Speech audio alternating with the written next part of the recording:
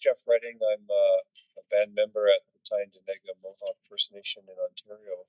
I've had the good fortune of being in British Columbia since the 1980s, working in actually initially in cardiac care at the Royal Jubilee Hospital, and then moving on to the academic world, going to the University of Toronto and doing my master's and PhD there, and then coming back to BC with bringing back an institute for Indigenous Peoples' Health with the Canadian Institutes of Health Research. So I was like the inaugural scientific director of the CIHR Institute for Aboriginal Peoples' Health.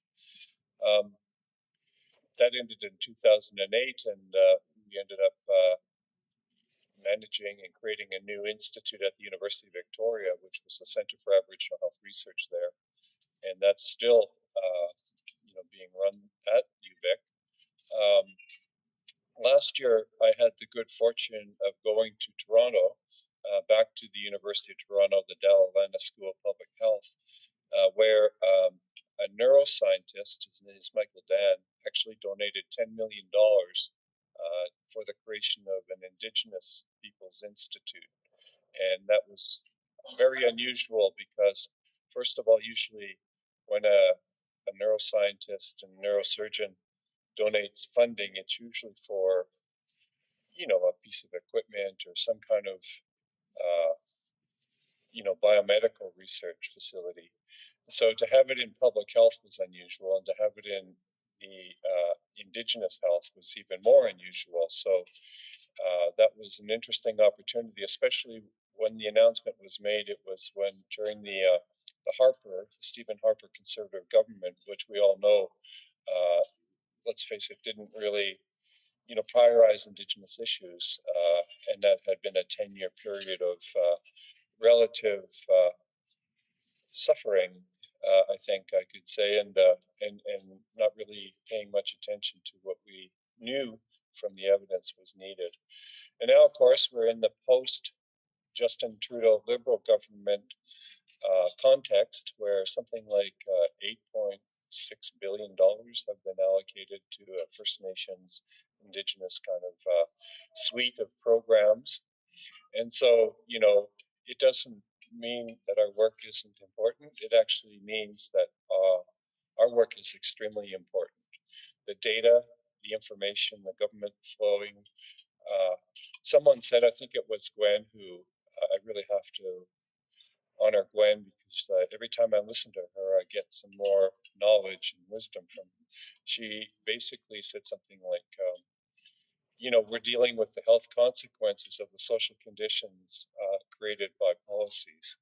And, so now if we start to focus on clean water, on educating young people, on improving housing and social conditions, then we will actually, in theory, have better health and well-being in the future. But it's not going to happen overnight, and it's not going to happen without our direct involvement. So what I wanted to do was frame what we're doing in the context of some history, and basically to underline how important it is that we're doing this right now.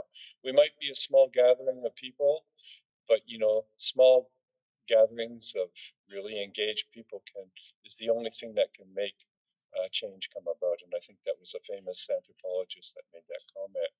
So I wanted to just underline that there's potential opportunities in your lifetime to be in a process of game changing, and that's where we're at right now. And I'll try to make that case. So this picture here is really about looking at health, but not looking at health. So the images I chose here are kids having fun, engaging in sports and competition, and also, the maternal child health is a critical, sort of first start in terms of health and well-being. And also the spiritual and cultural, that's a woman from South America who's, you can clearly see by that image that she's getting more than just the transfer of nutrients. It's a sort of it's a bonding thing that's critically important. There's a lot of research that shows that is actually really important in terms of a person's emotional and social well-being. And so I'm not, I'm just talking about framing health as broader than a lot of the things that we've talked about before. And that's really trying to impact on the discussions that will occur around wellness indicators. That is also very exciting and very interesting. So first I wanted to start off with a little bit of a history lesson and talk about the process of colonization. And this map, I kind of label it as truth lies in the political economy of colonization, maps, indicators, and ideology. And so the world in this map, most of it is actually not colored in, right? Most of it is, this is from 1772, and it's simply labeled the world. And so what it's showing is the world from a colonial European perspective, because the parts of the world that are colored in by Europeans and their commonwealth or their we all know this kind of stuff. So you can see that the eastern seaboard of North America is a British possession. The French are there in blue. The green is Spanish, and so on. Portugal. So these are, can you imagine discovering a planet where it was incredibly rich in resources that no one knew anything about? And then it was like open season where people could go out and colonize this place. You know, that's what happened 300 years ago, as we all know. So it was kind of like it was like boom times, major. And it was about, you know, creating wealth for the wealthy at the expense of the people who were there. But the point is, it was about ideology. It was about, you know, dominating the world with a way of working, a way of thinking. So missionaries and businessmen and navigators and, you know, people who were sort of mapping out the new world, to quote new world, were doing it with a political lens and also with an economic lens at moving forward. A perfect example here is another map. You know, these maps speak volumes. It says here comparative value of African lands, 1891. So the comparative value, if you look at, you can't see it too well, but it shows there that the blue areas in the continent of Africa are areas that were determined by this map maker to be kind of hostile or not welcoming to European expansion. Now, the red and yellow and orange areas are areas that were seen as with the greatest potential for wealth creation in the continent, right? So you could actually look at these areas in the light of history and show that, yes, these areas had been colonized, the Ivory Coast, South Africa, the slave trade in Eastern or Western Africa, and also in Eastern Africa. So, you know, they didn't pull their punches. This came out of Harper's Magazine, 1891. Harper's Magazine is still available on the newsstands. In fact, you can go down there and buy a copy of it that talks about some guy named Trump who wants to, I don't know, be the president of the world. Yeah. But the point is, you know, this is an important reflection about ideology and our place in the evolving, like, civilization, quote unquote. Now, this is not the easiest one to see, but I thought it was important to try to show. So these white spaces on the map, that's North America, Mexico, South America, Africa. So this is looking at trade patterns that existed across the Atlantic. And sorry for the quality of it, but I thought it was kind of interesting. So you have a slave trade going across the Atlantic Ocean, you know, from Africa to support the economic development of, so people were commodities linked to labor, which would actually, you know, do all kinds of things. So there were millions of slaves that were forced into this, you know, this is all history, but it's important to reflect on it, that basically under conditions where something like 15% of the people who actually made the trip from Western Africa across the Atlantic. About 15% of people didn't survive because the conditions were so terrible. And that's part of our colonial past. That's part of the colonial past, the same way the treatment of First Nations people and the taking away of the lands against it without any legal right. The only difference, I think, in Canada was that we actually, in parts of Canada, had treaties. Other parts of the country, we didn't have treaties, but that's still unceded territory, according to international law. So it's important to reflect on a map is a piece of data, and people construct their ideology and their argument with a visual expression of the way they're thinking, and then they convince other people that that's the reality. There's no land, there's no mark on the land that separates northern BC from southern BC or from Alberta or the United States. These are all created by us, and it becomes a reality. It affects people's lives. Here's an example in another context. I just wanted to show here, this is Charles Booth's inquiry into life and labor in London in 1886. Now, this is a neighborhood, and these neighborhoods and houses and streets are colored in by someone who made a determination as to the social and economic circumstances of the people who lived in those neighborhoods. And they didn't pull their punches, you know, they were actually telling it like it is. So in the ones that are in black, it says lowest class, vicious, and semi-criminal. That's so if you lived in that neighborhood, that's what you were expected to be according to this map.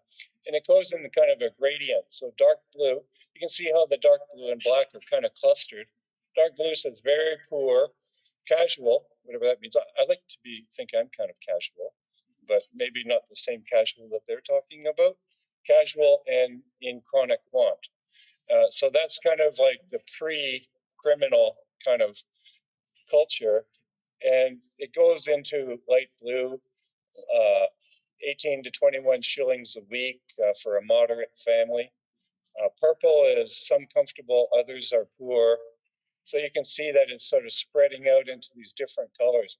Now, if you get into the red and the pink, which are in these other areas further away, you can see that that's the middle class, fairly comfortable, good ordinary earnings. And then the yellow is the upper and upper classes, the wealthy. And of course, there is no yellow on this map.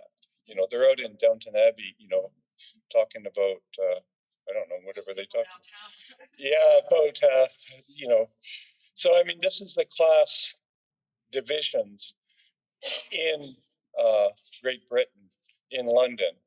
And it's no secret to any of us that that this is like kind of white on white violence, right? Like they're saying that they're actually putting these people into these categories and keeping them there. So the question becomes why? Why is it that they're doing that? And here's a quote from the first mayor of London, who was also the chief of police. And it comes from a treatise on indigenous. Poverty is necessary and indispensable ingredient in society. I don't think that's the indigenous way. Poverty is not necessary and indispensable, but that's what he said. Without which nations and communities could not exist in a state of civilization. So you have to have poverty for civilization. It's like, who knew? What I like about this quote is it's brutally honest. Like it's not, it is the lot of man, it is the source of wealth. Since without poverty, there would be no labor. Without labor, there could be no riches, no refinement, no comfort, and no benefit to those who may be possessed of wealth. So in other words, people have to have their back up against the wall in order to go into labor so that the wealthy can enjoy the modern conveniences of life. So, inasmuch as without a large proportion of poverty, surplus labor could never be rendered productive or in procuring either the conveniences or luxuries of life. So that's exploitation right there. In graphic terminology, doesn't get any more clear than that. And it's honest. It's like saying, okay, we have a capitalist system and we're going to exploit someone, we're going to try to make that as voluntary as possible, but we're going to actually structure the circumstances where they really don't have that much choice. And if they didn't go along with it, or they're pushed up to the wall too much where they actually decided to steal something to keep their family alive, they'd be shipped off to Australia, which actually they had boatloads of people who had the same kind of problems associated with crossing the ocean. Lots of people died. The conditions on those ships were really bad. So it was really you can be shipped off or you can play the game. And those are the only two kind of options. The social and health conditions in like 100 years ago, this is in New York City, and you can see that the streets are filled with trash. It's a horrific image of this horse that's dead and rotting in the street, and these little children are playing right next to the dead horse. There was no sense. There was no way to treat like infectious diseases at that time, which I'll talk a little bit more about. Again, the reason this happened was that people moved into these city states like London and New York, and they didn't have a sense of how to live in that kind of, stressed out and environment where a lot of people were living. They came in from the country. They would actually have livestock in the house on the main floor. There's something called zoonotic diseases, which is actually transmission of diseases from animals to humans. They didn't understand any of that. Then they threw their waste, like their human waste, out the windows into the street. So it was really like a public health nightmare. And, contrast that to how Indigenous people lived, who actually had a greater sense and a greater nutrition, a greater way of living than, the Europeans at the time. Somehow they ended up with everything. So this is another good example, I think. This is a original map of households in London in 1854. And so you can see here that these boxes here, they basically representing coffins. And what happened here was this is called the Broad Street Pump. And John Snow and Henry Whitehead, John Snow actually did a survey of the streets around this Broad Street Pump.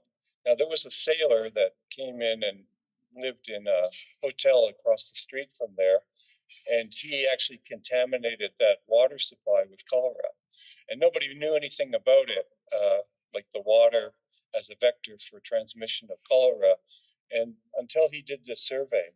And basically what he did, it's a famous kind of epidemiology, he kind of walked over and broke the handle off the pump so people couldn't use the water supply. And consequently, what happened was that the cholera epidemic started to wane after they stopped using the water. Another interesting thing is there's a little brewery here. The people working in the brewery were able to consume from 3 to 5 liters a day of beer free of charge in the brewery. So consequently, a lot of the people there didn't suffer from cholera. They're probably drunk all the time, but they didn't drink the water. So if you ever need a reason to justify having a beer, that might be good luck with that one, I think. And here is a closer image. You can see that it's like in very close proximity. So the thing we talk about in epidemiology is person, place, and time. So when did the outbreak occur? Who was affected, and where? And you take those three variables and you work back in time to the source of the outbreak. And you can do that on cruise ships. You can do that in the streets of London. You can do that with Ebola. I mean, that's the way it's done. So this is an example here. Each one of the red dots, of course, is a death due to cholera. Each one of the blue dots are, public water wells where people access their water. And you can see this clear clustering around the Broad Street area, whereas the other pumps were clean and didn't affect. So this is the birth of epidemiology.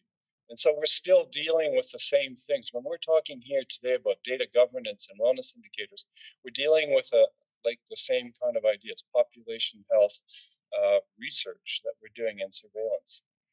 And of course, we live in a slightly different world now. The population has grown. This is in somewhere in Asia. I'm not really sure where it is, to be honest, but I think the point is someone living in this environment where the housing and the transmission of diseases could be more rapid, that person could be in Vancouver within 10 to 15 hours from, if this is in Asia, and they could be in northern BC within another 2 hours of that. So the point is, we live in a global world. Transportation, communications, the transmission of illness, it's not really a question of whether we'll be effective, it's a question of when, and are we prepared? And those are important considerations for a health authority to reflect on. So I wanted to switch into a little bit of discussion. I've been around long enough to talk about these time periods. I wasn't around in 1900, but I could talk a little bit about it because it goes till 1990 when I was a grad student. And then 90 to 94 is like, I was also doing my PhD, so I'm still, and then we get into this exciting part right now, which is what I call the data stewardship era, which I think is, what we're all part of. It's a historic opportunity, and I think I'm really excited about it, and a little bit of discussion about the future. So when we look about data control, we have to reflect on how data was used by government to construct an image. And this is like from the 1900s onwards, about how Indigenous people were, looking at their social conditions as though it was something they created, but it was characterized as, and this is a quote, the Indian problem. The data was used to support a forced assimilation agenda because they made deals here and there across the country, treaties, whatever arrangements were made. But basically, conditions were allowed to become intolerable in communities, and that the government thought was actually the way to integrate and assimilate Indigenous people into the mainstream, into the political world. And it was used to justify the financial ask. So it was actually, they were going to give enough money to keep people alive, but just barely, right? And that's, I'm not making this up. I don't have an axe to grind, well, maybe a little one, but there is actual evidence for this. So deplorable living conditions created by government policy, like the Indian Act, justified a host of other failed policies of that which aimed to force assimilation. And those other policies were residential schools, outlawed ceremonies, missionary religious indoctrination. Like those are all matters of fact. And the Truth and Reconciliation Commission didn't like the penultimate exploration of that. And now we have 96 recommendations that are going to be acted upon, hopefully. So if there was any idea that you might think, oh, well, this is not really completely true. Is a direct quote from Duncan Campbell Scott, who was the first superintendent of Indian Affairs. And this came out of the Royal Commission on Aboriginal Peoples. He said, I want to get rid of the Indian problem. This is in the Parliament of Canada. This is amongst cabinet members and also the medical and the MPs. Our object is to continue until there is not a single Indian in Canada that has not been absorbed into the body politic, and there is no Indian question, no Indian department. That was back in 1900. And, people voted for it. They said, yeah, let's do it. Great idea. And, now we're living, the consequences of these kinds of decisions that happened back then. There were some people who took principled and very courageous stands. One of them was this guy, Peter Henderson Bryce. He was an MD. He started the Public Health Service of Ontario. He was the chief medical officer of the Departments of Interior and Indian Affairs from 1904 to 1907. In other words, he reported to Duncan Campbell Scott, who gave the quote on the Indian problem. And so he fought with Duncan Campbell Scott a lot, who was that superintendent of Indian Affairs. Scott suspended Henderson Bryce's funding because he said his public health research was the cost of gathering statistics on First Nation child health outweighed the benefit of the information provided. So the cost of gathering the statistics on child health and deaths in residential schools, that cost was not actually beneficial in terms of the cost of acquiring those statistics. So it's important to recognize, now this is some of the data that came out of his work. In 1907, Bryce conducted a special investigation of 35 residential schools in 3 prairie provinces. The report found that 24% of the children who had been in the schools were dead, while over 75% of were dead at a school called File Hills in Saskatchewan. 75% of the children that attended died of TB, and that file was completed in the report. The cause of death was primarily related to tuberculosis, and the Brice family, and Brice famously said that medical sciences knows just what to do about the problem. In other words, they knew that it was transmitted in the air. They knew that creating ventilated spaces and not overcrowding children together would actually prevent the illness from being transmitted. He urged the government to implement it on an urgent basis. The government of Canada, however, ignored Bryce's calls for action, and the children continued to die, prompting Bryce to step up his advocacy by publishing in the Ottawa Citizen, Saturday Night Magazine, and of course, the story of a national crime, an appeal for the justice of the Indians of Canada.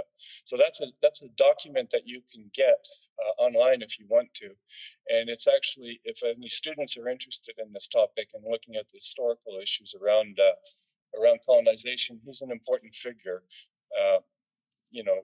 that was ignored.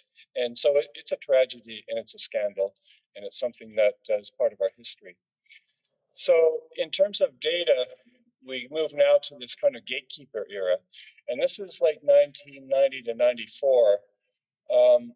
So in this stage, in my opinion, certain individuals were given access to data, but this was at the impulse and direction, or the whim and whimsy of the data controller, which was usually the government, and kind of still is, but not as much.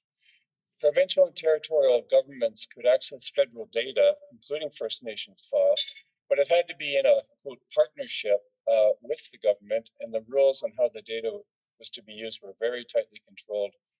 If you did something different with the data, your access would be immediately revoked. And this wasn't that long ago. Like, I'm not that old, 1990 to 94.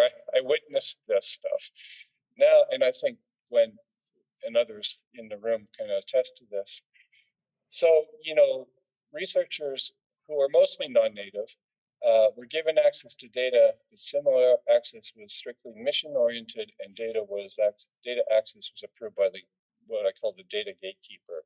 So it's about that ideology again, right? Here's the data, but you have to talk about whatever. And what happened is that First Nations said, no, we've been researched to death. This is not working. You've published papers and reports that we never see, and our life never seems to improve. So we're not going to do this anymore.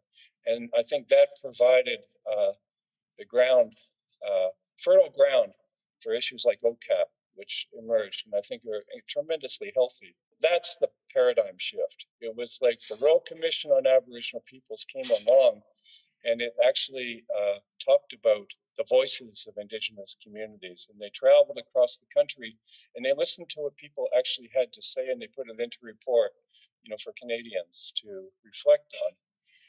So the Royal Commission really did change everything, and there was that expectation that Indigenous peoples would manage their own affairs. That's what they came out with. That's the sort of Reader's Digest take-home message.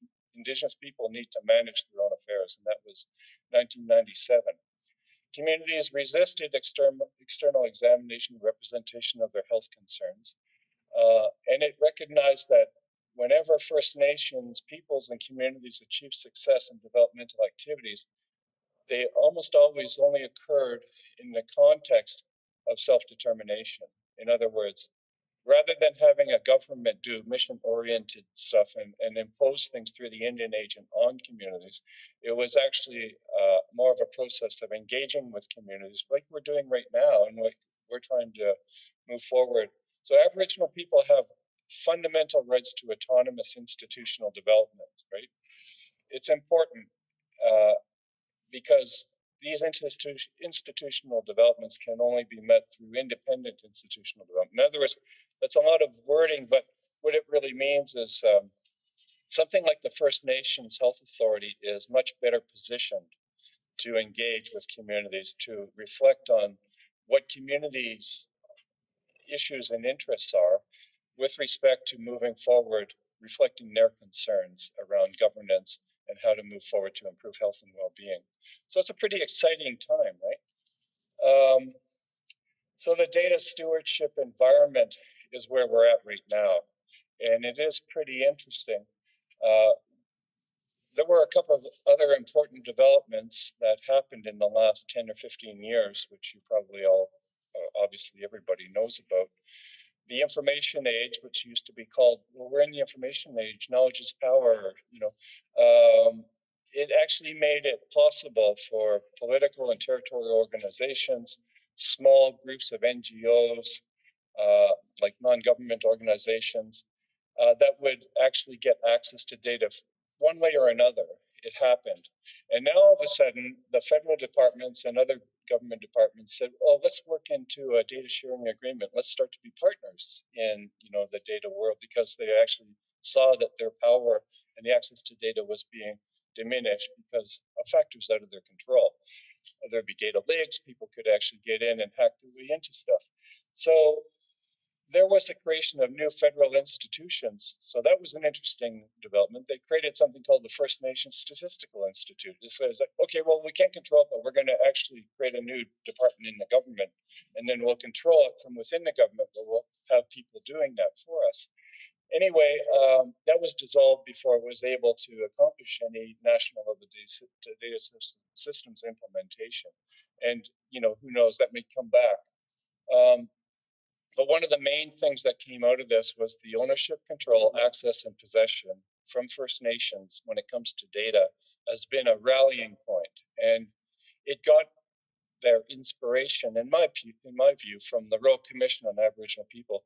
People in the back there at the table, the Regional Health Survey, they actually fully embraced, they could tell better than I, but the RCAP and basically the OCAP principle kind of guide the Regional Health Survey implementation, and now it's going into education. But, at that time, it was still a one-off. It wasn't really a policy. It was something that was just sort of saying, we're not going to do this until this principle. So the Canadian Institutes of Health Research stepped up and said, we're going to do ethics for research involving Aboriginal people in the health area. So they produced the ethics guidelines for research involving Aboriginal people, First Nations, Inuit, and Métis. And then it was given another boost when it actually evolved into what's known as the Counsel Policy Statement, Chapter 9 on ethics involving Aboriginal people. So again, this is just a repeat of the slide that I had before. But this is the ethics guidelines in each of the three kind of look and feel. You have Métis, First Nations, and Inuit in the middle with the syllabics. It's basically the same document. It was kind of a turning point in terms of setting up a policy for a national funding council to actually guide the research that it did. So the CIHR gets about $1 billion a year, spends $1 billion a year on health research in this country. Just got a $30 million increase in the last federal budget. And this is the first time that actually Indigenous people's issues were reflected in the policy of that organization, a central agency. And then, of course, that led to what we know as the Tri-Council Policy Statement. These are not insignificant developments. These are important.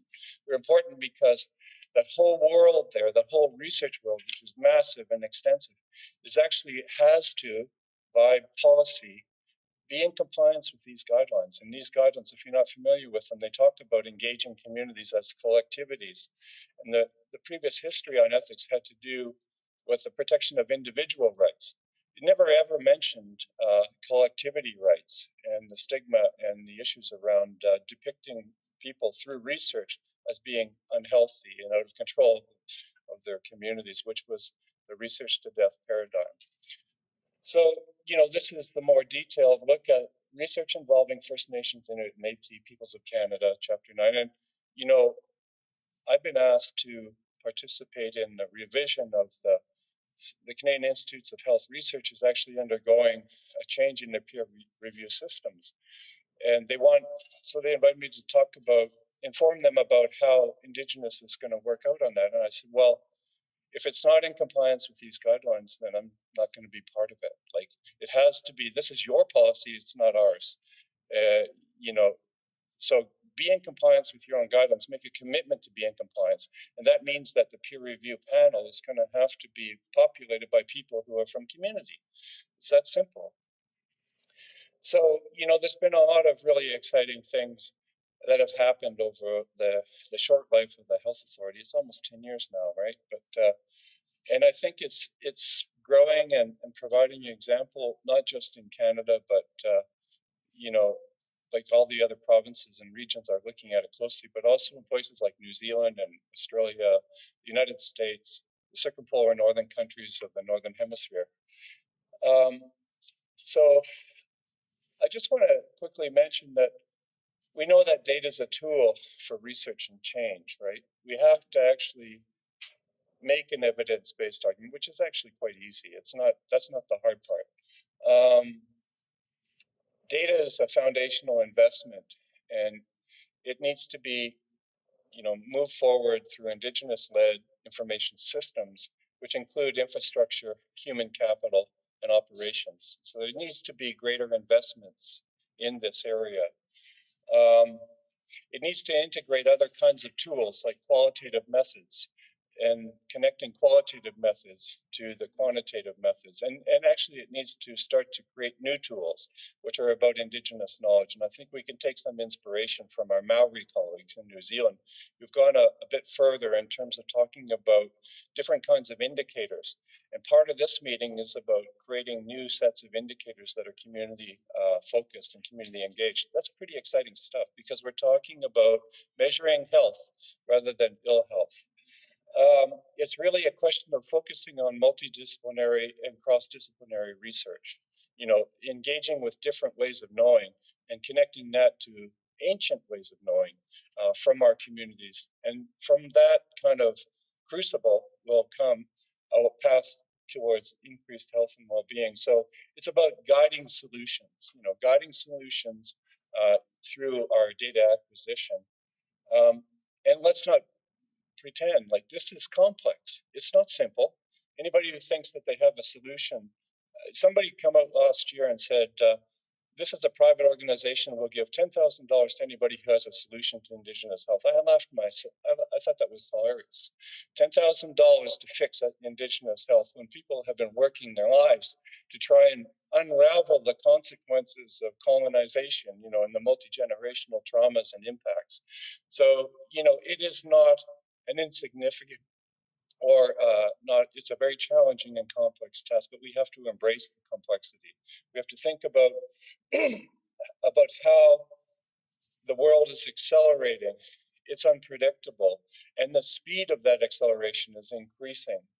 So I say that this can be an opportunity for minority Indigenous populations around the world if we embrace change as inevitable, if we lobby for investments in data capacities, and we develop new tools and innovative methods to embrace complexity, inter and transdisciplinarity. So it's hard, but you know, I talk to people from all over the place, people living in communities, people with no formal education, and they get it.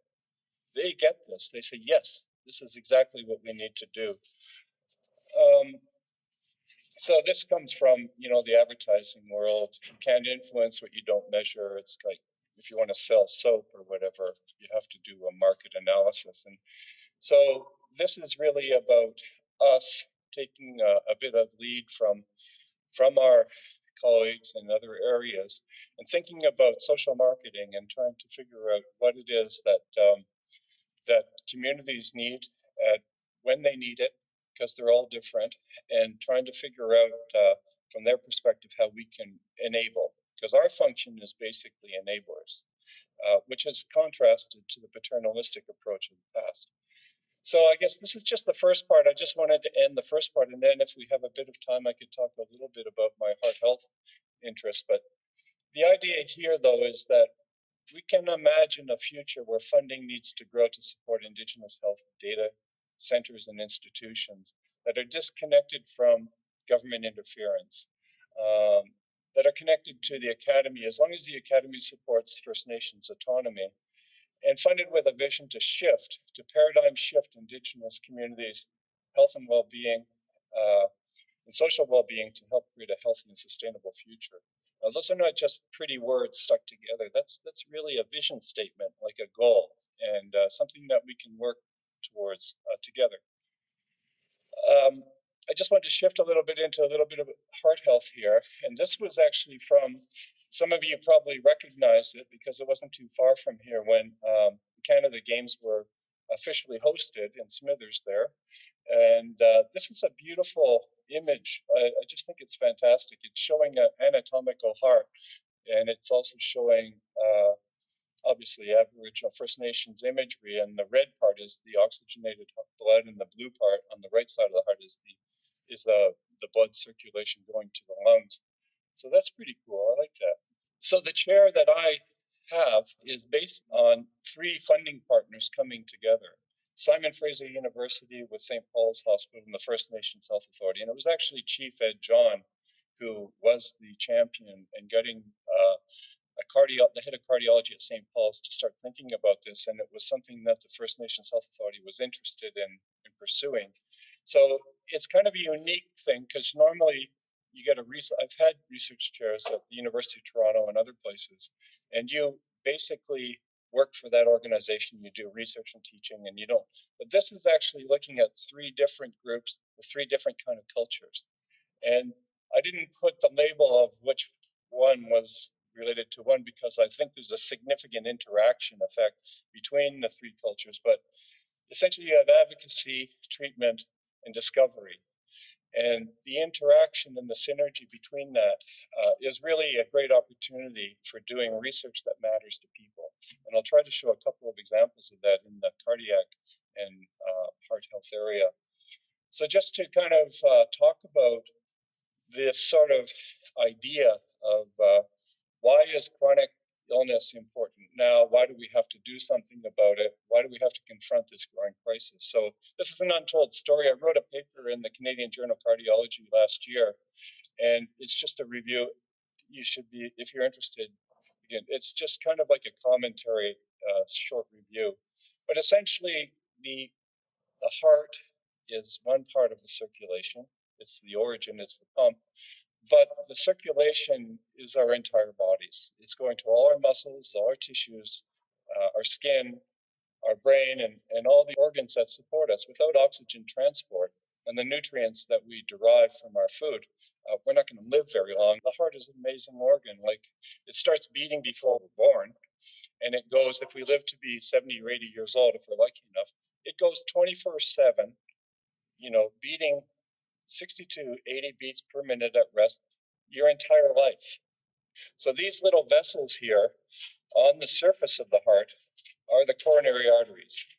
And they're tiny little vessels, and they supply the blood to the muscle, which is the heart, to keep it functioning. When you're around my age, you start to get these blockages appearing in your heart. And when it's the coronary artery, you can see that this is under X-ray, and it's a picture where this blockage is actually totally occluded, and that can be actually opened again, and there's a restoration of blood flow to that heart muscle. So this is like normally, if nothing happened here, the person would have a big heart attack. Like they would have a part of their heart muscle would actually die and scar because it didn't get oxygen. And here, so how does that happen? Well, it turns out that you can actually thread a catheter into that small coronary artery and then open it with a balloon that they also insert there and restore the blood flow to the heart. But then they also have what they call stents, which are these little meshes that actually go in there and keep it open. And now with they have the FDA approval to do this as a clinical trial. They have something called dissolving stents, which are, they put the stent in place, and then it's like a dissolving suture, like a stitch. it eventually will dissolve over a 3-year period. So that's kind of pretty high-tech medicine, right? I mean, that can be done in an afternoon. A person doesn't get the big operation or anything like that. They can be well and go home in a couple of days. So why am I talking about this? Good question. Why is he talking about this? The reason I'm talking about it is because here's a study that was done in Alberta, and Lindsay Crochew is an MD who was one of the co-authors of this study. And what they're talking about is the likelihood of coronary angiography, which is the imaging of the heart, among First Nations patients with acute myocardial infarction, like with having a heart attack. So they're talking about within the first 24 hours of having a heart attack. What they showed here was that if you were First Nations and you had access to this procedure within the first 24 hours, that your outcome was the same as everyone else, that you actually didn't die any more than others, you didn't actually have significant consequences, negative consequences, so it was basically the same. What they showed here, though, was that First Nations didn't have the same level of access to the procedure within the 24 hours. So you can imagine there's a number of reasons why that would happen. Time is critical, right? Person starts having a heart attack in a place like northern BC, some of the remote communities, and we've all experienced that, right? We all know someone, or we have family members or cousins or friends that have been in circumstances where we ask the question, this could have gone differently. And so that's a relevant question for us. Like, we have to think about that. How do we think about telemedicine? How do we think about first responders? How do we think about transportation systems and getting things in place that would mitigate some of these challenges of getting to those procedures? So that's an important and relevant question that we can think about because, we're part of the health authority here. Here's a study or a report that came out last Friday in The Guardian. And it's talking about, it's from, of course, The Guardian is kind of a London-based worldwide publication. It's talking about, these young children that have open heart surgery. And the reason they have the open heart surgery is because they have valve problems associated with an infection that they receive because they're living in overcrowded conditions. This article is in the Tiwi Islands, which is the north part of Australia, where there's huge overcrowding. And so a lot of the children there, 8 to 10 years old, have big scars through their chest because they've had open heart surgery to correct, valves that have been affected by this infection. It's a streptococcus infection, which is a common infection. All children seem to get it.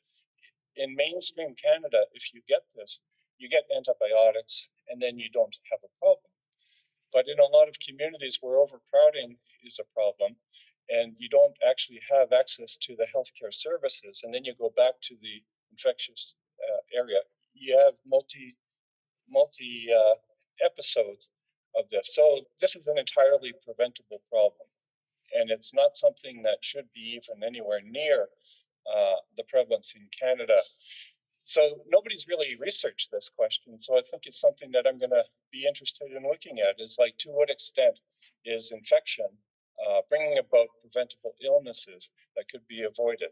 And so, there was something like $2.3 billion allocated to housing, improving housing conditions.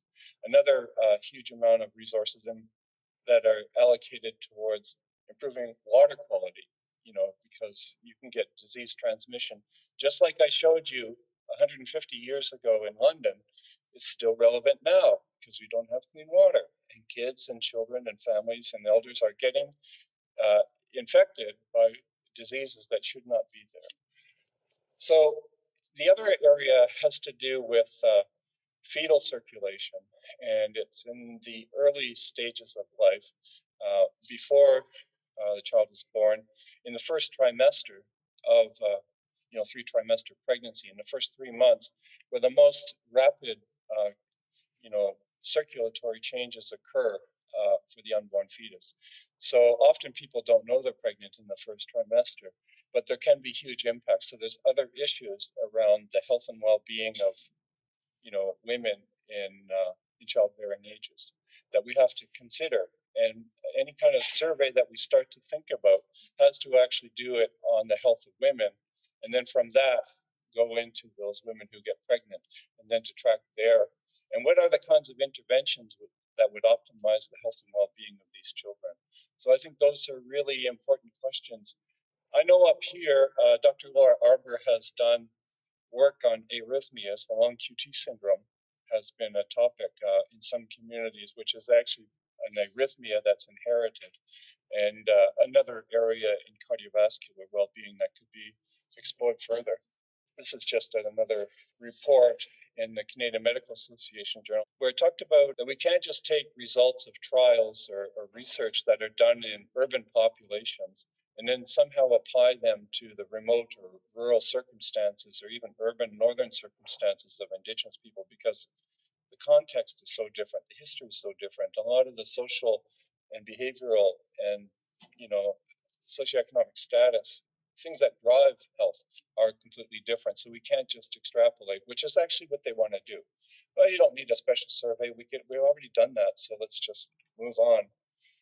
And I know this because I was the scientific director of the CIHR Institute for 8 years when it got started, and had a lot to do with a lot of the things that happened to change that agency. This is an important slide because it's looking at leading causes of death. Now, this is not a First Nation slide. This is from the United Kingdom, like in England. And you can see here that most of these are chronic conditions: heart, cancer, respiratory, nervous system. You've got diabetes here, and some are social conditions. So, those are the leading causes of death.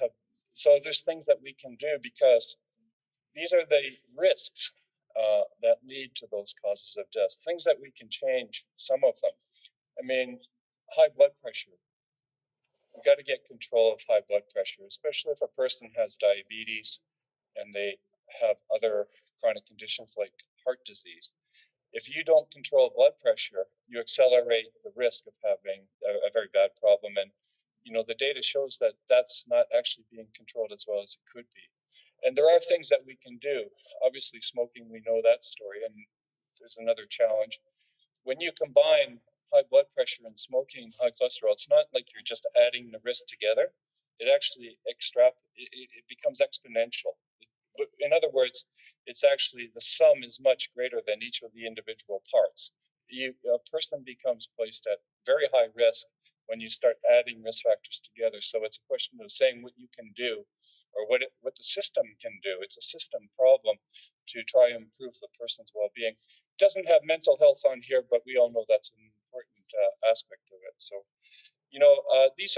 it can be a bit overwhelming. It can be a bit personal, but these are kinds of things. And the problem with all this is all Western-based science. What we really need to do is think about more the community perspective on all this. Like, how do we get the stories from communities to say, what is the path forward going to be? We might need to do talking circles. But the first thing to do is engage the leadership and say to them, this is an important topic. This is about the health and well-being of our generation. If our elders want to see their children and grandchildren, they have to pay some attention to this stuff. So I think I'm going to end there. I just wanted to talk about this life trajectory and how I think Wen had reflected on the social determinants of health. And in a lot of cases, this whole pathway across the life path is a bit of a myth for a lot of communities. There's all kinds of things that are happening in there that shouldn't be happening, right? But there's opportunities for us to intervene and make life better and improve health and well-being. So I really applaud all of you for making time. I know that you're extremely busy, but our discussions here are extremely important, and this is a chance to make a difference. So thank you very much.